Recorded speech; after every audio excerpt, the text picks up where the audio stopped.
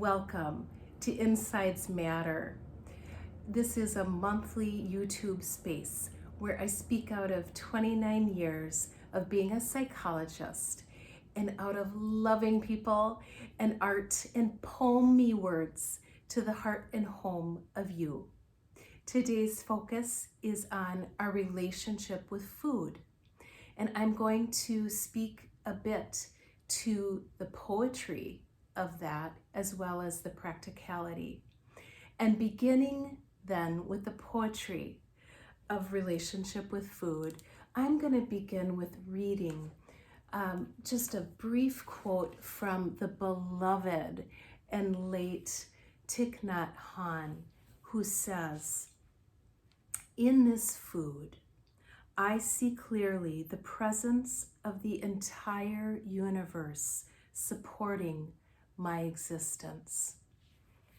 And isn't that something, to look at food through that lens, the whole being that mindful about what we see in our food, and in the idea of contemplating our very existence, in thinking about food and really caring for ourselves in that kind of whole way. What if you were to really consider the child within you, who you of course take, who we all take from all our years of living, and listening to what it is the child wants for food, as well as your current self, as well as your future self. Like, what would she appreciate with food selections? And in considering the child and listening into all these parts, what about considering walking with those parts of you, going on a walk and literally listening for the child within, reflecting on what did she like, or what would she like now, and all the different parts, walking with these different parts, writing to these different parts, having these parts of you write to you, right? Sort of creative writing. Asking before you go to sleep to hear in your dreams from your inner child, from your current self, from your future self, about what's going on for her about food.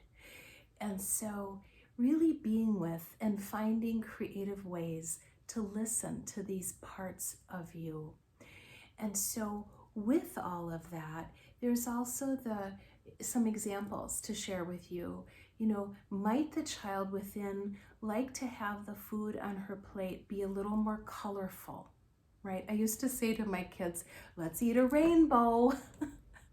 Eat a rainbow.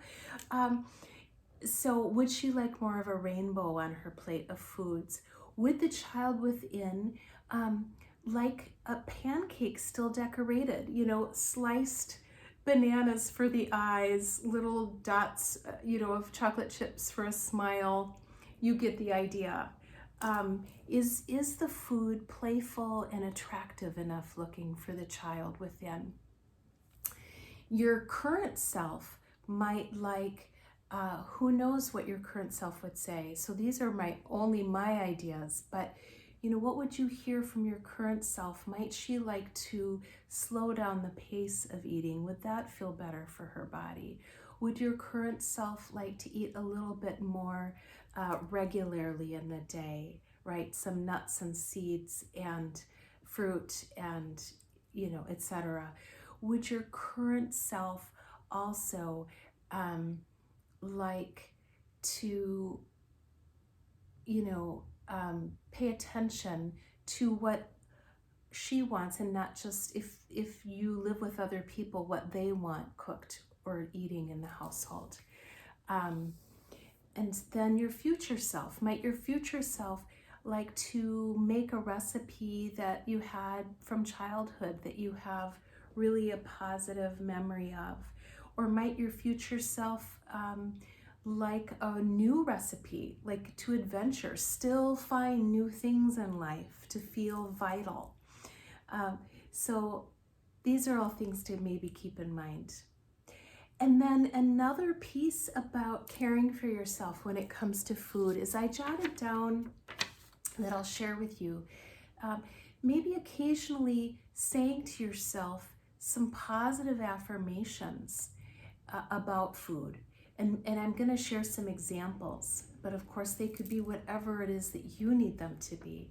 So some positive affirmations that you could put on your refrigerator door with a magnet, or have by your bedside somewhere in a journal, or just wherever you would want, just to remind you, or maybe memorize one for a day and come back to it, you know. So here's a few examples of food affirmations. With each bite, I feel energized. And for you single people, it's fun to cook for me. Another, I appreciate and give thanks for this food. I'm listening to my body. Today, I eat for nourishment. I taste and treasure each bite. I pay attention to my body's cues. I give thanks for food. I make powerful choices about food. I love my kitchen. I eat from the loving garden of the world. I release food rules that don't serve me. Nourishing foods are delicious. I am worthy of nourishment. My body tells me what she needs with ease. All right, the other piece that I wanted to mention, and this is all under the guise of poetry with food, is the idea of changing up the rules and let's play with our food, right? And so what if we were to make a music playlist? What would be songs on that playlist that would be affirming about food for you? If you have any ideas, please share on this YouTube place for comments. I would love to hear. And another idea would be to keep a journal when nourishing and delicious foods occur to you, to write them in the journal, or maybe in a sketch pad, and do loose doodles of those foods, of these nourishing, delicious to you foods. Another thing is to, maybe make a handmade little book or journal of recipes, and maybe you write them out in crayon or markers or whatever is pleasing to you. Or it could be a collage of the recipes where you're cutting things out if you want it to be a creative activity. But the whole point is you're infusing your love and care into this, and then it's really your own. You could even play with it if you want to make a recipe book that has like a section for the inner child, for your current self, and for your future self, of just things they want as part of your daily life with ingredients. You could write a poem about ingredients. You could hug your refrigerator. You could hug your body. You could go crazy and take selfies of these kinds of things. You could title your grocery list. You could play with this. What if you titled your grocery list, I love me? Or what if you titled your grocery list, I give thanks to all the hearts and hands across the world that are making these ingredients possible for me, So just really infusing love into all of this.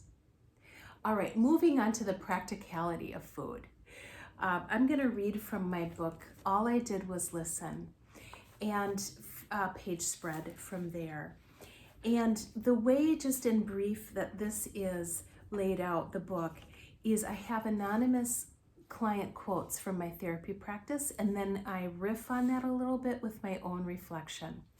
And this one I'm going to read, the client quote is, I don't feel anxiety in my stomach anymore since I started filling it with things that are good for me. And my reflection, there is all kinds of talk these days about smoothies. Pull together a mishmash of healthy ingredients and spin them around in a blender with ice.